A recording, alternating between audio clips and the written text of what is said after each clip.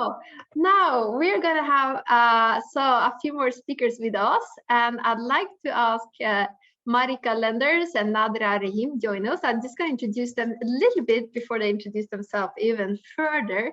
So Marika Leenders, she's a PhD and a senior scientist and a scientific project manager at Medtronic. She has done research also in what we can call the movement science and healthy aging. And besides a long-standing career, she also is the mother of 2 daughters, and I know she's traveled in many countries, and she's truly passionate about empowering women and active in Women in Science and Technology network within Medtronic. So welcome, Marika. And our other here is Nadia Rahim here today. She is also a mother of 2 and a traveler and active woman in the field of both empowering humans, mentoring people, and of course advancing women. She's an economist, and she's also studied political science. She's lived in Lausanne, she's lived in Basel, and she's currently in Zurich. She has a long career. She started with IBM, I know. She's been in Microsoft and other engineering company. And yeah, so it's exciting to have you here. She's currently CEO of itnetX, which is a subsidiary of Swisscom, and she also has a new definition of CEO that she says is customer, employee, and orientation. So this is going to be exciting. So can we maybe take the slide off so we can see all of you better? And to all of you who are following, I would propose that if you put non-video participants as invisible, you see better the panelist who is speaking with us. So I think that's a very good thing. If you haven't done that, you go to your lower left corner, you see hide non-video participants. Okay, so here we go. I'd like to ask Nadia and Marika to share a little bit also about how they got into the field of working in technology and working in science. Can I start with you, Marika? Yes, of course. Can you hear me okay? Absolutely, thank you. Okay, so I always, even as a child, had a very big interest in improving health. That always sparked me. Yeah. But I did also know that I did not want to really go into the medical field of being an MD or a nurse. And so I decided to go into the area of health sciences, and then did my PhD in movement sciences with a focus really on healthy aging. And after that PhD, we actually, Maastricht University, where I did my PhD, was across the street from Medtronic, from the Medtronic Bakken Research Center. And it was a bit like a no-brainer of like, let's explore that company and what it can mean to me. And I think about almost 10 years ago, I crossed the street, and I first started within clinical operations in spine, and really got to know the hardware that we use in spine, but I still missed the link with science because it was really operations. It was running clinical trials. And then actually, I made a recent change where I moved back into science. So I now actually joined the EMEA Corporate Science and Technology department, the Therapy Innovations Group, where actually now I'm a scientist combined with a scientific project management. So I'm dealing with a little bit of both worlds. So I made my ideal match, and that's what I'm currently doing. And it also really sparked me of setting up WISE within Maastricht in the Netherlands, within our company, and making sure that women in science are being heard, being supported throughout their careers, but also how can we involve kids early on in getting to know what you can do in science and in engineering. Thank you for doing that. And it's great also to hear what motivated you to take the journey. Nadia, you want to share also how did you get into the field of technology? Yes, sure. Thank you for having me. So maybe for me, I studied economics because I was interested in people and in customers. And then before I started to work, I made an internship at an insurance company. And then I realized that the office, even the office there, was not me, because you had one column, closed doors. And then I realized this is not me. I have no room there. I have no room to think, to speak. It's not me. And it was in year 2000, and I'm now already 49 years old, so it was in year 2000. And then I realized maybe the technology area is something that is wilder, a lot of potential. It was like a sense of play field, playground, and I was attracted with that. And actually, since then, what I realized, I'm not an engineer, I'm not a technologist, but my added value is to bring in that area what is missing in that area. So it's the customer approach, it's the people side of business. And I think this fusion of people and technology has so much potential. Yeah. Back then, now, and then for the future. So I'm actually really the representative of what is missing in that area. So the more human side. Thank you. It's so fun to hear how you look at it as also look like you can play. You look like you can play there. I love that. Now, I want to hear a bit more from both of you. So why is it so important in this moment that women are more actively involved in science and the development and the use also of new technology? Nadia, could you start, please? Yes, sure. Thank you. So maybe to share a few thoughts I have around that is, I think in women and I think in gender, but actually what my topic is about diversity is the cognitive diversity. Yeah. To think differently, because I think this is where we have the biggest potential. And why is it so important for women or for cognitive diversity is really to bring that in what is missing in the system. We all know that within a system, the system has always the ability to be very stable, to be very uniform. And here I think it's our duty to break this uniform thinking and to bring what is missing. So maybe the more human side, the more emotional side. And why is that so important? I mean, technology is not something that is lost in the air. It's for the usage of employees, of people, of human beings, men, women, young, old, whatever. And I mean, if you develop something that is not usable for the human, there is no sense. So that's why I think women in particular, but especially also with cognitive diversity, with different thoughts. Yes.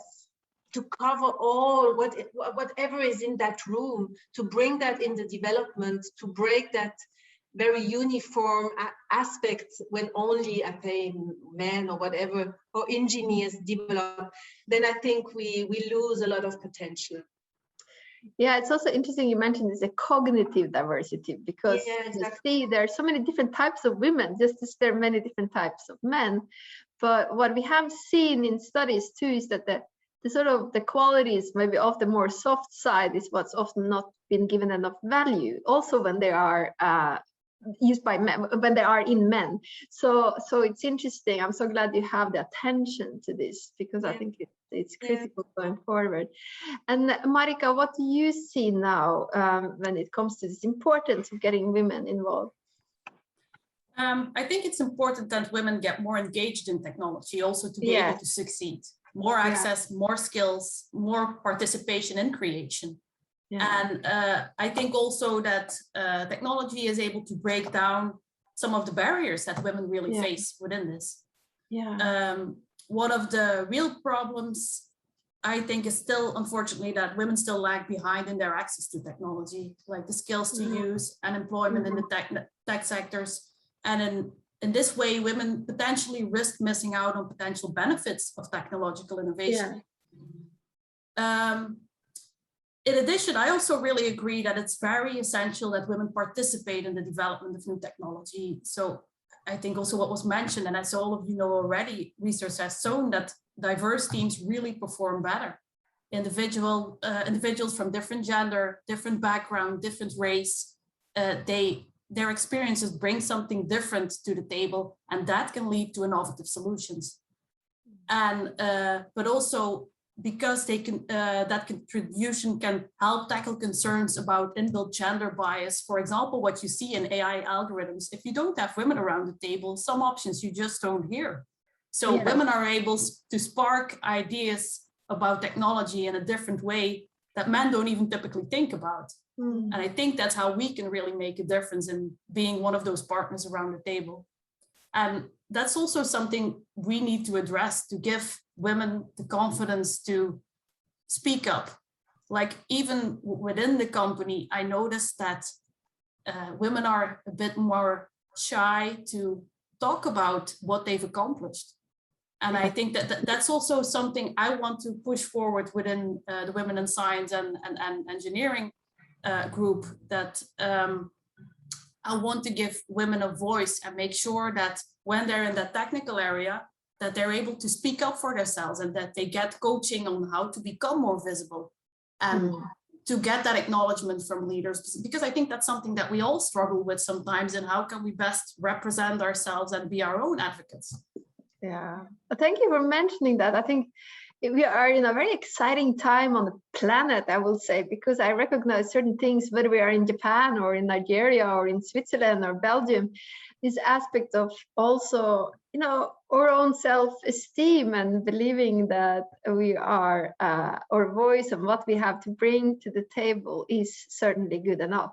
And I think that's also where we as women need to really sponsor each other, which is also a new thing. And maybe it was there a long time ago, but in this sort of competitive field, it's become new for many women. And I was thinking also now to start early, to get women to get into technology early. What can we do?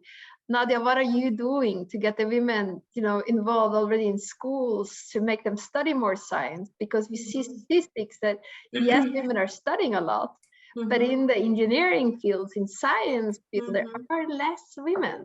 Yes. So what can we do? So I don't want to be a role model. I don't like that term actually, because yeah, I know, in a positive way, but I don't like the word because I don't want to play a role. I just want to be myself, a human being, and not a model to fit in something in, but to take that word in a very positive way.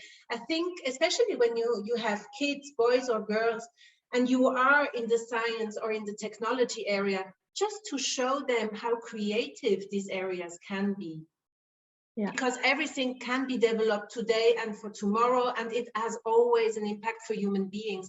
And just to share experiences and to show how creative this is, I think this can already have an impact for the kids we have, or for the friends of the kids, whatever. Yeah. And also when I live in Switzerland, when I see my girls, they started already at school in very early ages, that they have some IT courses, or they can play with MIT programs. So they have something very playful with this engineering, development, software area. And I think this is something that is very, very good. And then for the work, what I think is really maybe something that we can encourage them to work in such areas, is really to bring that aspect. You are empowered to bring what is not existing yet. And that is also something that is very creative.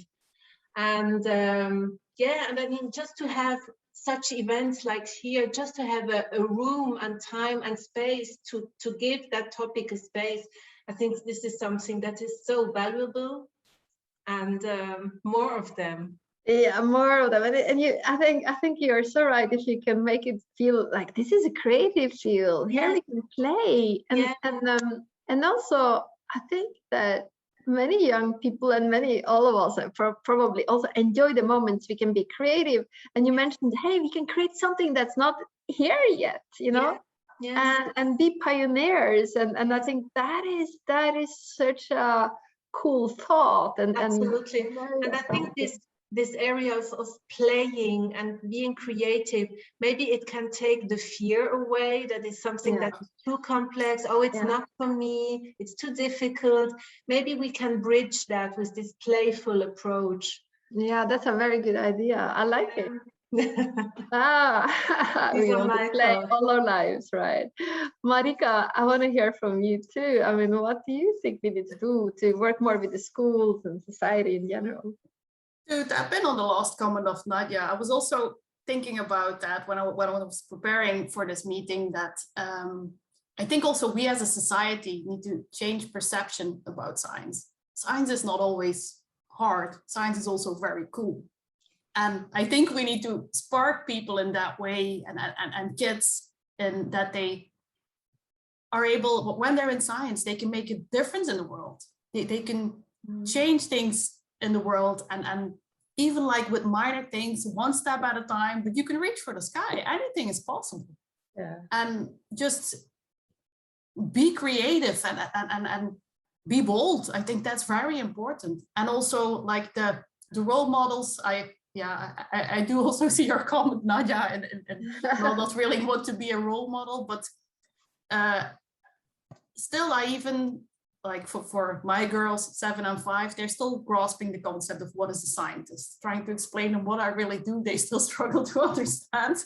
But then I do try to make sure that we try to integrate, even in the kitchen, like fun stuff about science, doing experiments, even like the programming language that learn from a young age on how you can program a little robot as a toy, to really spark them to also think outside the box and try to do things different, even when they just play around with it. And also there, I think experience, of course, is key. We need to show young girls, and of course guys as well, that around in the lab, show them what we're doing. Like what we do within Medtronic, we have an outreach program where high school students are allowed to come on site, and they get then showed around in the R&D lab, and they actually get an assignment, and they go through the different steps of designing a medical device. So they actually move from the stage of design to a prototype. Yeah. And I think that can really spark young people in thinking what is possible and getting in touch with those things.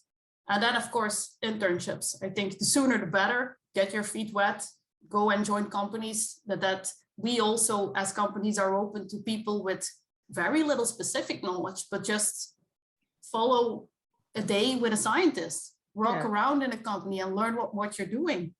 Because half of the time when you're making job decisions, you actually don't know what it's all about. Mm-hmm. And it's for those kids so important to understand that aspect of it, of what science can be. And I think in that way, we can then transfer that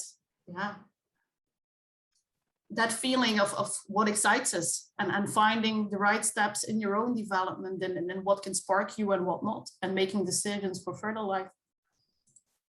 And that is so amazing. And it also is back to what Nadia said in the beginning. It gives you a chance also to even see what you don't like, if that's not your thing, you know? Yeah. But, and you said something very interesting. I mean, through science, we can change things in the world. And I was reading a study, it was last year, on where young people want to work. That was in Switzerland, and a Red Cross was linked as one of like #1 top places where a young university graduate of Switzerland would like to work now. And I read further down, it was all about having a job where you have more meaning and where you can change things in the world.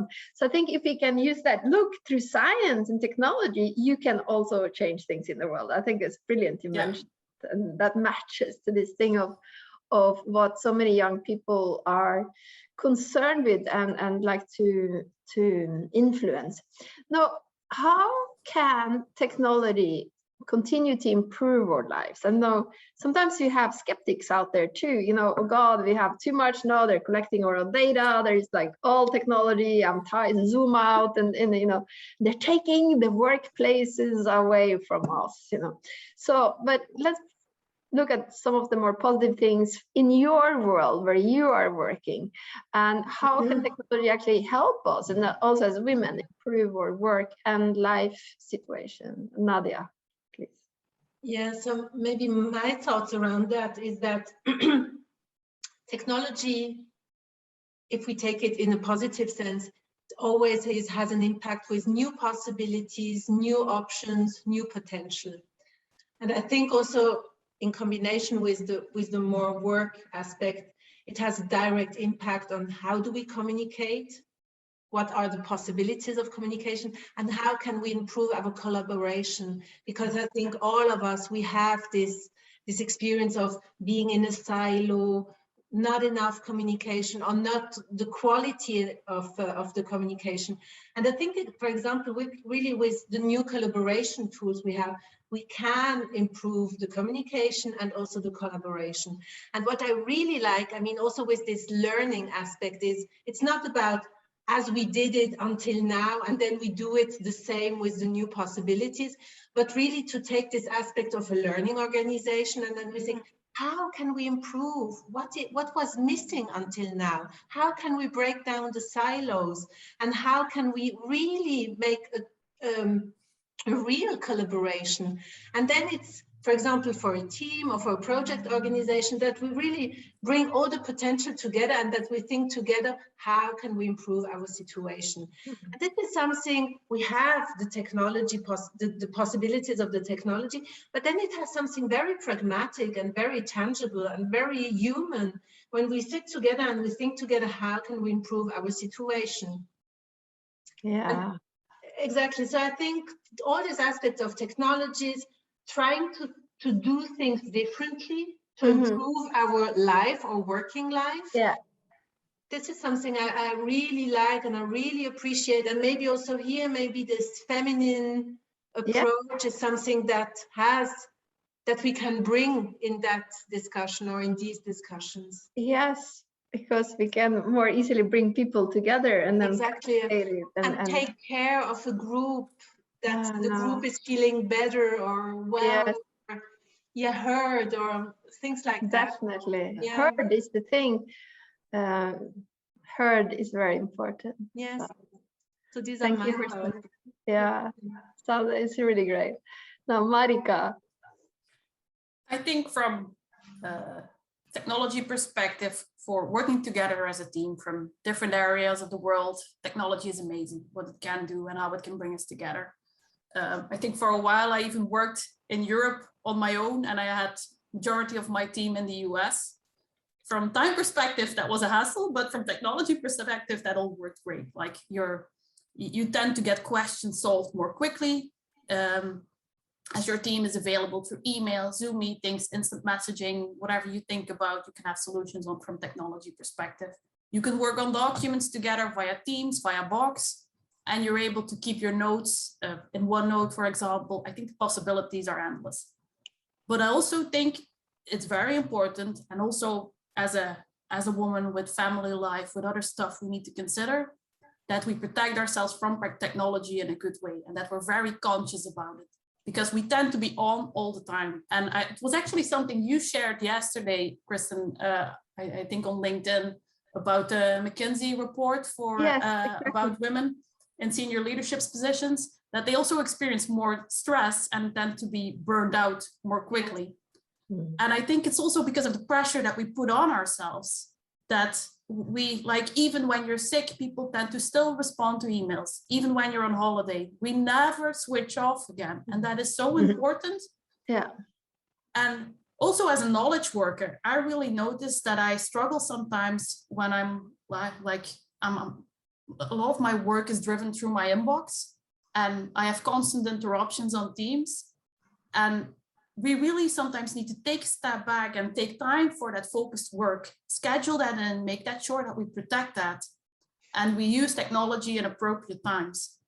And I think especially for women who are just starting off, I think it's very important to also guide them through that process. And how can you use technology to your advantage?